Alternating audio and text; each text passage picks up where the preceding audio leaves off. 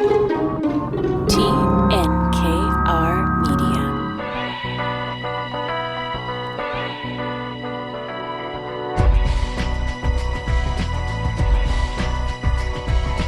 Welcome to Inspiring Entrepreneurs Montreal, showcasing stories from outstanding business people by FL Montreal. My name is Dan Delmar with Mike Newton, Managing Director at FL. Mike, welcome back. Hey, Dan, how you doing? Excellent. How are you? Excellent, thank you. Today on the program, we have another brand that's recognizable to almost all Montrealers, really, fashion retailer Tristan. They've been on the map for a while, and I have a couple pieces myself, and there's just something about Tristan that feels so Montreal. It just feels so stylish and on point, and never too crazy, never too wild, never too ephemeral, just really of the moment. And yeah, it always had that European feel to it, which is distinctively Montreal as far as Canada goes in design, and it always just had this and the other feel to it was literally the feel, the tangibility. When you touched it, you felt the quality, you felt what was there. So I mean, that goes back to when I was in high school in the early 80s, and I can remember the clothes being popular then. So this is definitely another one of our great Montreal stories. And it's interesting on the manufacturing front as well to look at how this company is prioritizing their Montreal-made garments as well, and how they did it throughout the pandemic. We'll discuss that. Yeah, it's great to see some of the manufacturing, not only come back but stay. And we watched that kind of manufacturing brain drain leave us for such a long time. And I think one of the big pushes not only is the supply chain, but also this whole, concept of carbon footprint and that ability to control manufacturing and reduce some of what goes on negatively when we're buying from everywhere else. Your tax partner, Carlo Lupo, also has some great tips for manufacturers and how to save on some tax credits, innovation credits. That's on the way as well. And he's always entertaining to listen to. So, it's even if you just listen to him talk, he's well worth the 5 minutes at the end. You guys, I mean, both Carlo, Ernie, and Nick, I mean, they're so good on the air. I mean, they're really you would think they were trained journalists. They really cram in a lot of info into those 5 minutes. They really do. I always kind of joke that the tax guys are a little bit like the Island of Misfit Toys, on the Rudolph the Red-Nosed Reindeer, what we grew up with. But no, the three of them are great. They know their stuff, and they seem to really take to the radio like a duck in water. So yeah, they sound good on the morning show. Okay, let's talk about Elon. We've avoided Elon for a few weeks now, but it's time to get there because he is kind of shaking up not only the world of media, but the world of workplaces. And his latest thing is a couple weeks ago, he says, the whole remote work thing, it's over. He's ordered the Twitter employees, the ones that remain, because he fired half of them, I think, but the ones that remain are going to have to come to the office for at least a 40-hour work week. What do you think? Is this overdue? And is the hybrid thing going to slowly fade away? Well, I guess there's the personal opinion to this, and then there's everything else. I mean, I think the first side, Elon Musk is in the last 6 months is starting to go from brilliant, eccentric entrepreneur to some kind of madman megalomaniac, I think, and this is really starting to hit some of his credibility, I think, in terms of these things. And yeah, the whole Twitter, let's call it debacle, from the moment he was going to buy to not buy to going back in and now completely shaking things up. I see him as an individual and that has, the conviction of what he's doing and that he's right. I also think he sees himself not just because of his innovations, but he sees himself as kind of that innovator, that the head of the curve, and whether that is in building a product or whether that's getting staff back to work. So anybody who's got that kind of influence is going to continue to take up a lot of space in the media. And nobody will really know what the purpose behind his drive is. Is that what he feels? Is he just trying to be someone who ultimately is likes to be talked about? But it is certainly going to create some waves, and he is an individual who I'm not going to disagree with him. I really am. I'm not on this topic. I'm really, I really think the whole culture build and everything about getting people to back, whether it's 40 hours a week or not, I guess it remains to be seen. But, and we've said this many times on this program. I mean, where we sit today versus where we sat yesterday to 3 years ago is highly unlikely going to be where we sit 3 to 5 years from now. And I think we're going to go through a whole bunch of trial and error from a lot of people that are going to try and trend set in this area. And there's a lot of upheaval, I think, still coming our way in terms of what a workforce is going to look like. I mean, I've been hybrid for quite a while. I mean, well before the pandemic, I'm often on the road between the Laurentians and here, Toronto. So I believe in it, but I also believe in the fact that some kind of permanent presence for an organization, certainly that's not web based, is necessary. I mean, you just do business better in person. Yeah, I think there's a lot to be said about obviously creating a culture. There's a lot to be said about creativity, of having people around you while you're the informal side to creativity. You know better than I, Dan. You can't put four people in a room, give them a watch, and tell them they have 30 minutes to come up with a great idea. It just doesn't work that way. And a lot of times that happens by the casual conversation in the hall, or by the water cooler, or sitting in someone's desk having a drink at the end of the day. And that's what misses. It certainly gets. I mean, you can have a drink on online, on Teams or on Zoom, and with another person, but there's a lot lost to it. I just want to make one comment on the whole Elon situation. I'm curious if you have any thoughts, Mike, because we do at TNKR work with mostly professionals, a lot of scientists, doctors, lawyers, people who are very technical minded, like people like Musk, but obviously not to that level. I find these types of people are often the ones who think that media is easy, and that marketing is easy, and that they can just do it all themselves in one shot. And I think what we're seeing with Elon is someone who is learning that he can't fit his media activities into a neat little box as if he's an engineer, right? We're talking about arguments and people and cultures and things that are very difficult to put in a neat little box or to engineer very neatly. And I think that's what he's learning right now. Yeah, and like I said, part of it could be the narcissistic personalities that drives his ability to do what he does, and we all need that as part of our daily, creative process. You need to have a little bit of narcissism and be able to shun the commentary that comes your way if you're going to have a conviction of an innovation. But I think the bit of the issue is he falls into a number of other people where any press is good press. And he hasn't quite determined that there's a way to go about doing it, unless his marketing plan is to just throw stuff out there and see what sticks. We know there's been a few people like that over the years, including past presidents in the U.S. But really, it's he just seems to need to be out there, and some days he's doing himself more damage than he is good. And I don't know enough about the the mental side of marketing as to whether that's just a good thing or whether that's part of needing to see and hear yourself on a regular basis.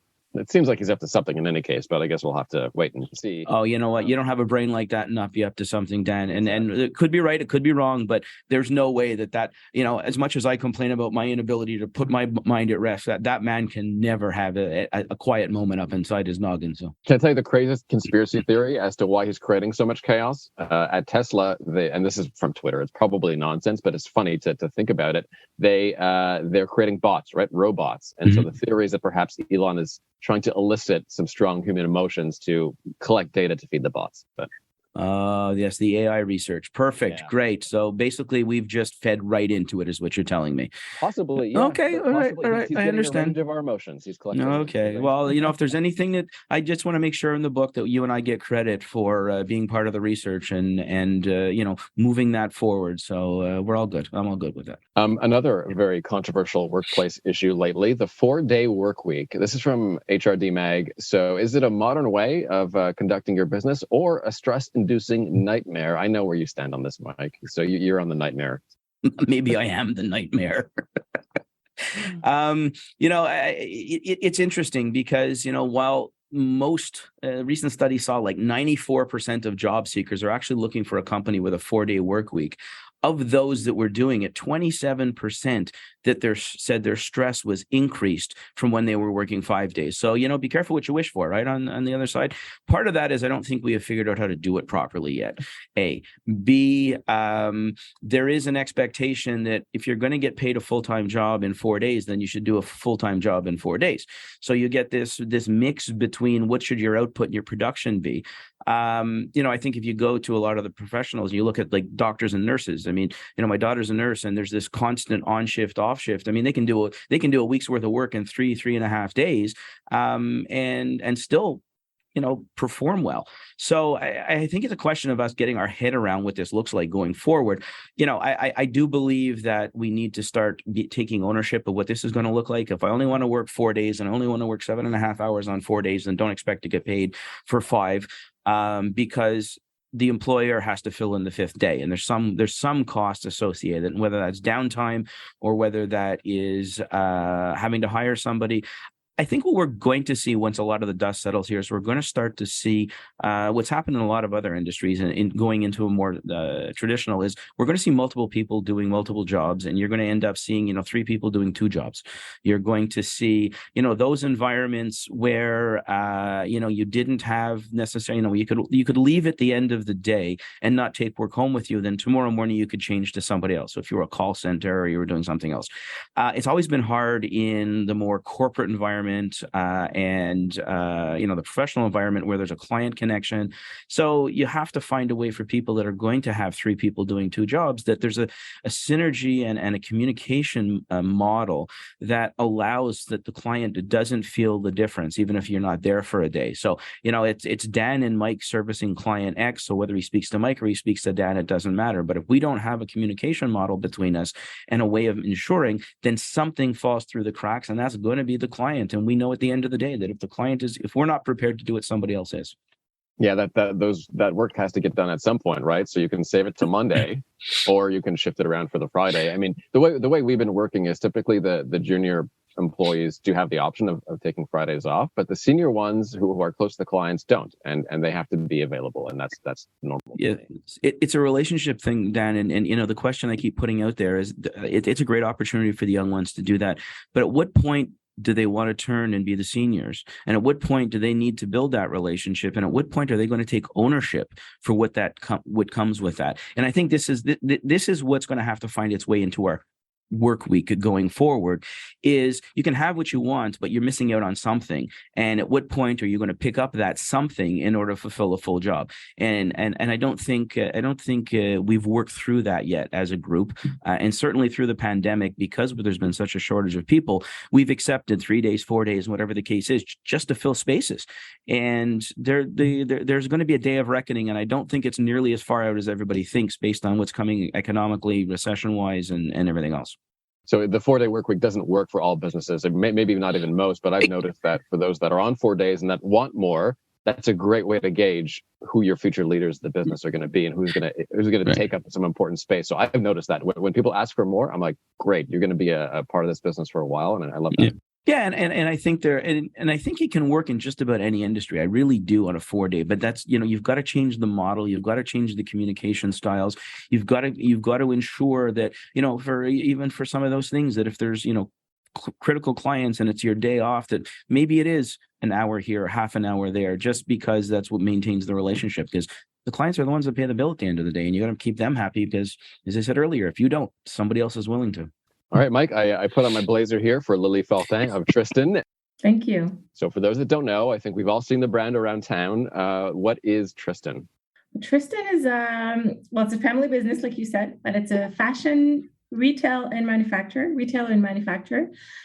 So we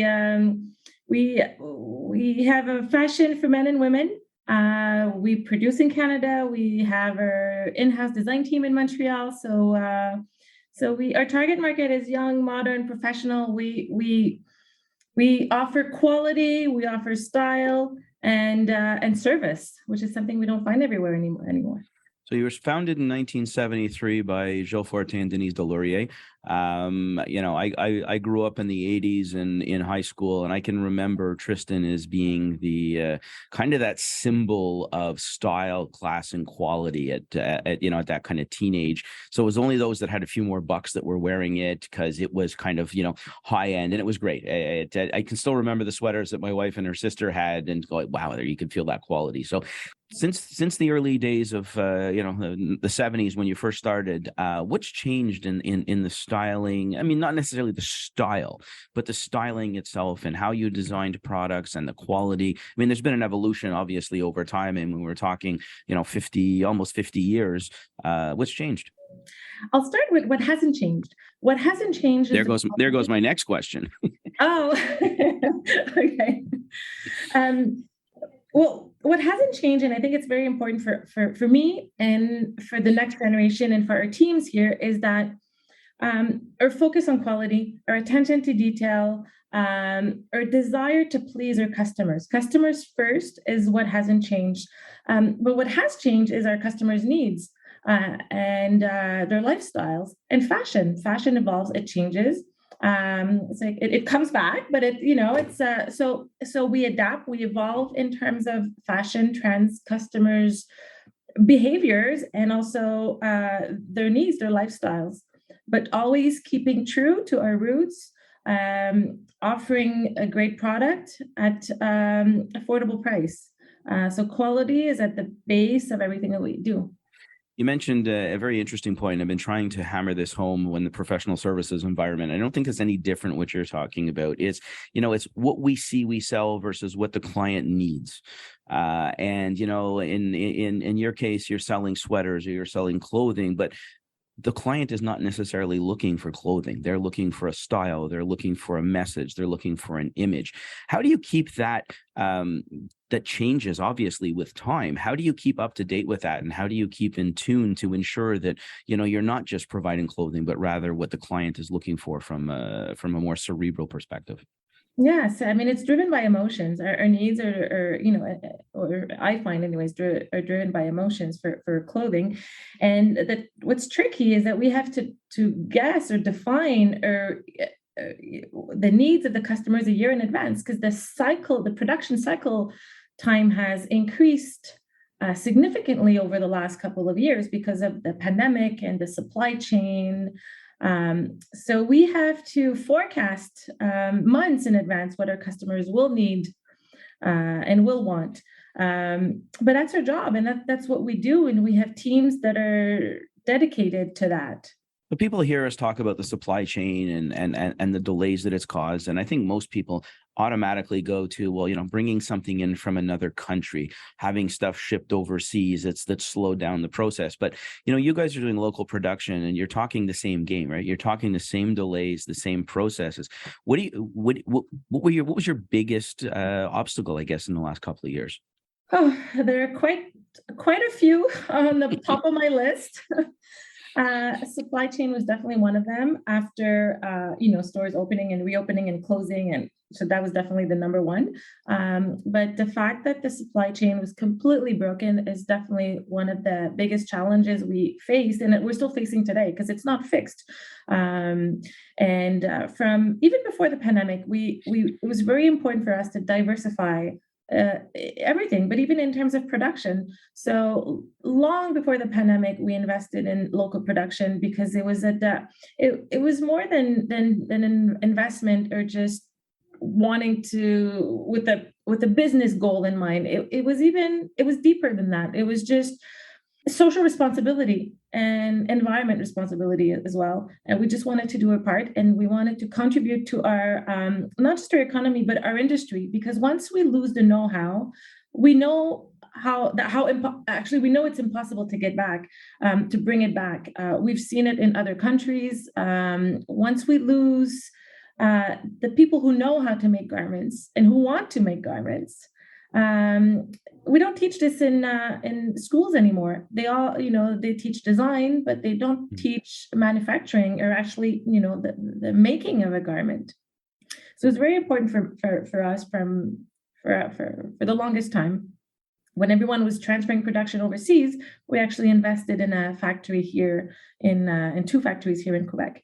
But the supply chain is still broken, so local production is helping us, compensate for the issues that we have or the delays that we have overseas. But we do have the delays here also because with the pandemic, factories closing, just bringing the workers back, and we still have to wait for the delays of the fabrics. The fabrics are delayed, so the production lead time has gone from 12 to 16 weeks into 36 weeks in some cases. And that's just a production lead time for some of the fabrics. So we're still facing a lot of challenges with the supply chain. I'm just curious how much of your production is here versus overseas. When I look at Tristan, and I do have a couple pieces myself, there's something so uniquely Montreal and stylish about it. I wonder if perhaps is it the most specialized pieces that are made here, or how do you differentiate the two streams? We decided to focus on what is for us, what has for us or for our customers the most added value, which are suits, tailored suits, so jackets, pants. So it's changed a bit during the pandemic. People needed less suits. Now they're going back to suits. So we play between 25 to 30% of our collections that are made here. I'm going to guess, Dan, you're not one of the ones buying a lot of suits. So. I have a couple of suits, but What do you mean? I wear them 5 days a week. But you can wear a jacket with jeans, or it doesn't have to be a tailored suits, like it can be. I'm wearing a blazer today, blazer and jeans. Yeah, my typical Friday fare. Just having a little fun with the radio personality. That's all. Actually, you raise a very interesting point, and from shipping shipping manufacturing overseas to bringing it back and starting factories. What did you learn when you did that to start start your own factory? What were some of the mistakes or some of the things you did really right that you look back and go, wow, I'm really glad we did that because? Well, I think just investing in the factory or just buying the factory is definitely something we did right. Even though for about 10 years, we were wondering if this was the right call to make. But the reason I'm saying this is that during the pandemic, if we didn't have these factory, I don't think we would have gone through the pandemic, because we turned our production into the production of PPE, like equipment for personal protective equipment. Yeah, exactly. There we go. Exactly. So we made face shields, we made blouses, we made scrubs for the healthcare system. And to be honest, this is what got us through the pandemic, because when all of our stores were closed, we were able to keep giving job to our employees and our teams. So a big thank you from the father of a nurse. So thank you for doing that. We're speaking with Lily Fortin, president and the second generation owner of the family business Tristan. And Lily, when it comes to the future and where you want to take this business, what about the family? I know you have a lot of family right now involved in the business. Are you looking toward the second generation? And how many Fortins are involved right now?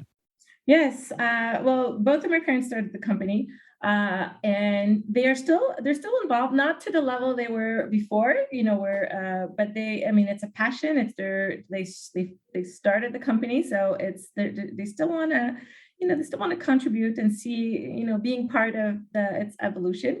But my brother and sister are both involved. My sister is taking over from my mother, who was in charge of the design and the production. So she's on the creative side of the business, and my brother is in charge of the web, so the e-commerce. Excellent. So, every family transition, every story has its own little nuances and eccentricities. As you go back to, obviously the inspirational side of your parents to take this off, get this off the ground and get it moving, to then transition to you. How far in advance of you taking over did you really start a formal process, or did you ever really start a formal process? I think my father would answer that it started when I was 3 weeks old. I think, and it's funny because I do the same thing with my kids, and it's not planned. It's just for, because we have to. But we were involved very young, attending board meetings very early, with our financial advisors. From the very early stages of our lives, very early on. And I know my father would say we thought they didn't understand anything until they started asking questions, referring to us, the kids, asking what is cash flow, like we're playing in the corner, and then 2 days later, Dad, what's cash flow? When you're every parent's dream, kids sitting in the corner going, hey, Dad, what's cash flow? Yeah. And being in a family business, where both of my parents are involved, in which both of my parents are involved, dinners, we pretty much only talked about business. Not only, it's going to sound boring, but pretty much, Well, there's almost no delineation between the office and home when everybody's totally involved. And Exactly. Obviously, like you said, you can bring up other topics, but one way or another, how was your day has a whole new meaning when the whole family's involved at this point. So obviously the evolution of the transition started. When would you say that Either they targeted you, other than 3 weeks, they targeted you, or you targeted that position in terms of some serious discussions of, hey, this is where we should be going. I think it's when I was younger, before we talked about horses. I had a true passion for horses. I wanted to make it a career. I wanted this to be my career. And I think it's when my father said, okay, try it. And then I really thought to myself, like, is this really what I want to do? I said, I love it's a passion, but there was an aspect of business, even in horses, that I liked about training. So I know you're training an animal, but just the training and the planning and the buying and the selling, it was something that I had a very strong interest for, even with the horses. So I think when I decided that no, I would not pursue a career in the sport that I love, but I'd rather go for something in the business. I think that's when the change was made, and then I decided to take care of some divisions in the U.S., a division of the U.S. that we had, and I was able to turn it around. And then I decided to go back to business school. So I think this, like different steps, but it just happened naturally. So having been involved in the horses since I was born, I'm sure there was a collective sigh of relief when you said, no, mom, dad, I'm going to go into the business and I'm not going to stay with the horses, because, it's a rather costly to process. Interesting. You mentioned the U.S. Operation. Maybe give us a little more of an insight into. Like you said, you kind of turned it around. What were the problems, and how did you fix those? Well, it was simple. We had great sales, but no profitability. So we can't run a business on, leases are super expensive. Everything was super expensive. There were management issues. It's a different country. It's so close yet so big and so different. So I think it was just being there, being more present. I did not officially move there, but I was there every week, coming back here on the weekend. But I think it was just being there. So you look down the road, and kind of, you said your parents kind of saw you at 3 weeks taking over. You've got a 6-year-old son who's sitting at your desk. So there you go. That right there tells me we've got transition. But how do you look down the road, and how do you decide from your perspective? I mean, you grew up under your parents; they had their own vision. How do you see the future of the organization, and do you still see the desire from a family business, or is there some look down the road going, you know what, it's been a challenge on my family, and maybe it's time to do something different? I think what's the most important is the passion. And I think that's what my parents have transmitted to us. And that's why we are involved. So as long as the reason behind being involved is the right one, making it right. And as long as the team members are the right people in place, both for, for every reason, as long, I just don't want privileges. So if my kids want to be involved, they're still young, they have time, they'll have to try other things. They'll have to, prove that they are the right people to be in the business. So for me, as long as the passion is there, the competences are there. I mean, it's great when it's family members. If it's not, it's not. But if, I won't force it. There, you just mentioned the point of, family, getting along and doing and being part, and it's great to work together. It's not always perfect. And, do you guys have some kind of formalized dispute resolution, or is this just, we're the family, we figure it out? Sometimes you'll see families have kind of a third party on the outside to help when they're not getting along on certain things. Are you guys all in and all capable of solving your own problems together? Well, I hear a lot of horror stories in family businesses. I think we're lucky on our end. Yes, I mean, we have our bumps sometimes, but we communicate well. So I think that's thanks to my mom. She's a big, believer, and rightfully so, in communication. And if something's wrong, we say it right away. We don't keep it. And I think that I think it's just a balance between my mom, always pushing on communication, and my father with a huge sense of humor. We forget very fast. If something goes wrong, we say it out loud, we fix it. But the next day we're over it, if it's fixed. And yes, we are, we work with consultants on with a family board. but so far so good. It's going well, and we don't like fighting for no reason. I think we're a very tight family, so it's going well.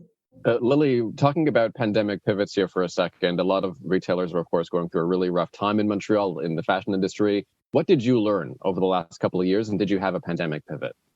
I learned so many things. I applied things that I learned even in my horseback riding career. I say it every day, all the time. It's more in French, calme, droit et en avant. So it's a calm, straight, but keep going forward, no matter what. With horses, it's if you forget about going forward, you're in trouble. And I think it's the same thing in business. But what I've learned is continue building trust. I've realized that this was our best asset, both from our employees, from our suppliers, from our clients. So keep building trust and expect the unexpected. I like the brand. I mean, it to me, it represents Montreal modernity, fashion. It's somewhat European, but I don't even know why I like the brand, Lily, to be honest. There's something just familiar about it.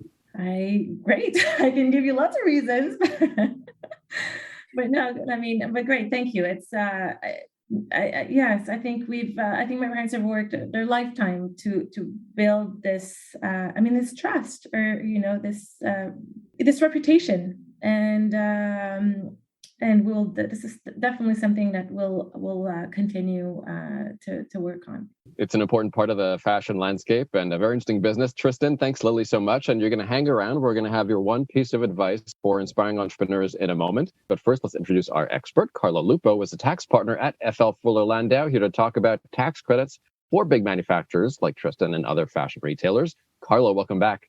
Thanks, Dan. Thank you for having me once again. I love the segment. A lot of things came to mind when Lily was talking about the business, the whole aspect of manufacturing, looking at fashion, always staying ahead of the curve, thinking of the following year. So a business like Tristan, that's in manufacturing and retail, there's a lot of credits that are available for these businesses. One that comes to mind are design tax credits. These are credits for the whole design process. If you have designers or qualified pattern makers or even an outside external consultant that's in the design process, you can get up to 24% tax credits on certain eligible expenditures towards that process. And for a business like Tristan that's in fashion, it's important to incentivize these businesses to stay ahead of the curve and really push them to innovate and move forward. So would a company like this, Carlo, be eligible for research and development, SR and ED credits as well? I mean, they're a manufacturer. We look at it and say, hey, they're making clothes. Is there anything on the table for them, excuse the pun, from an SR and ED perspective? Absolutely, Mike. That's a great question. Tristan, Lily talked about the whole process, manufacturing. They're looking at ways of innovating production, especially locally, which is great. It bolsters the economy, brings back manufacturing to Canada, and looking at ways of reducing the carbon footprint, being eco-friendly. So when you're looking at the process, anytime you can engineer something in a new way, that betters the quality, that improves the process, that has a lasting effect. There's a certain innovative or developmental aspect to it. These are activities that could qualify for scientific research and experimental development, as we call it, SHRED. Credits are fantastic in Canada, especially in Quebec. When you look at a combination for a business that's a Canadian-controlled private company, credits could be up to 65% on eligible expenditures, up to $3 million. Unfortunately, for other corporations that don't qualify for the higher rate of credit, it's still pretty good at 29%. So that is kind of another incentive to encourage businesses to bring back these type of activities to Canada and really push the innovation aspect of research and development. You touch on a really good point. I mean, we've had the wave of manufacturer leave our countries or pretty much North America. We've seen, because of the pandemic, we've seen a lot of it start to come back again. we seem to go through waves of government support on whether it's SR, whether it's SHRED, whether it's manufacturing credits. Sometimes they're a little more open, sometimes a little more closed. What are you seeing right now in the marketplace in terms of, shall we call it, openness by CRA and Quebec? So that's great. There has been a significant amount of change in the last couple of years, 2018, 2021, with regards to depreciable equipment. Certainly on the Quebec side, it is encouraging bringing back local manufacturing. They had reintroduced or repackaged a type of credit. It's now called the 3CI credit. It's a credit for innovation and investment that targets the acquisition of eligible manufacturing equipment, computer software, hardware, software packages, really to encourage businesses to invest in production, invest in manufacturing. The credit is 10 to 20%, depending on the economic vitality zone that you're in. But as part of the pandemic budget that was passed in March of 2021, they've actually doubled the credit. So for a period of almost 2 years, from March 2021 to December 31st, 2022, these credits are now 20 to 40%, depending on the economic zone. So there's a lot of incentive on the table for businesses that are in the manufacturing, design, research aspect to really propel them forward and really, generate economic returns for them. Carlo Lupo, tax partner at FL, with some tips for manufacturers. Thanks so much, Carlo. Thank you again. And as we come to the end of our show, as usual, we'll turn to our entrepreneur, Lily Fortin, head of Tristan, second generation head of Tristan. And we ask her for her one piece of advice for inspiring entrepreneurs, Lily. The one piece of advice that I have, it's an advice that I have for myself that I keep reminding myself every day. And it's something that my trainer taught me when I was younger and competing in horseback riding, jumping. And my trainer, remember, was always telling me, you will never become a good rider if you ride good horses. So he kept giving me the horses that nobody wanted to ride for me to learn how to ride horses and to become better, to become a better rider. So it's calme in French. Sorry, it's in French. I'll translate it after, but it's calme, droit et en avant. So it's calm, straight, and forward. And it applies to everything that I do in life, both in my family aspect of life, as in my professional, in business, at the office. I remind everyone all the time, calm, straight, and forward. In business, if you don't look forward, you're not going forward. And with everything we've been through, you can't go through a big crisis if you're not calm and your mind is not straight. So calm, straight, and forward. Sounds better in French. Calme, droit, et en avant. Sounds awesome. Very good advice. And Mike, certainly talking about the parallels with caring for horses, very, very close to you, and a really great talk today. Yeah, and I think it's really good. I mean, Lily made the point earlier on that, it really is a discipline. I mean, whether you're in business or whether you're looking after horses, there's a discipline that's learned in terms of, doing the same things, making sure you get it right, making sure you continue to move forward. So, you're always going to catch my interest when we start talking horses, and no doubt, I think Lily's got it right on.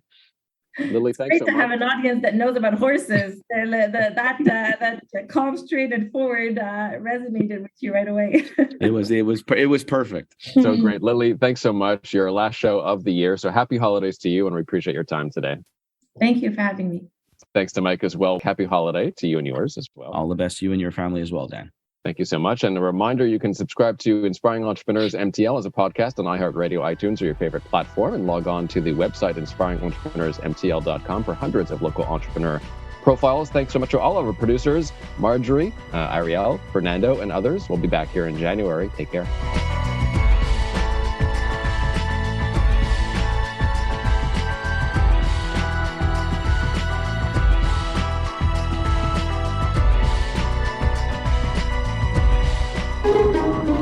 This has been a production of TNKR Media. Good talk.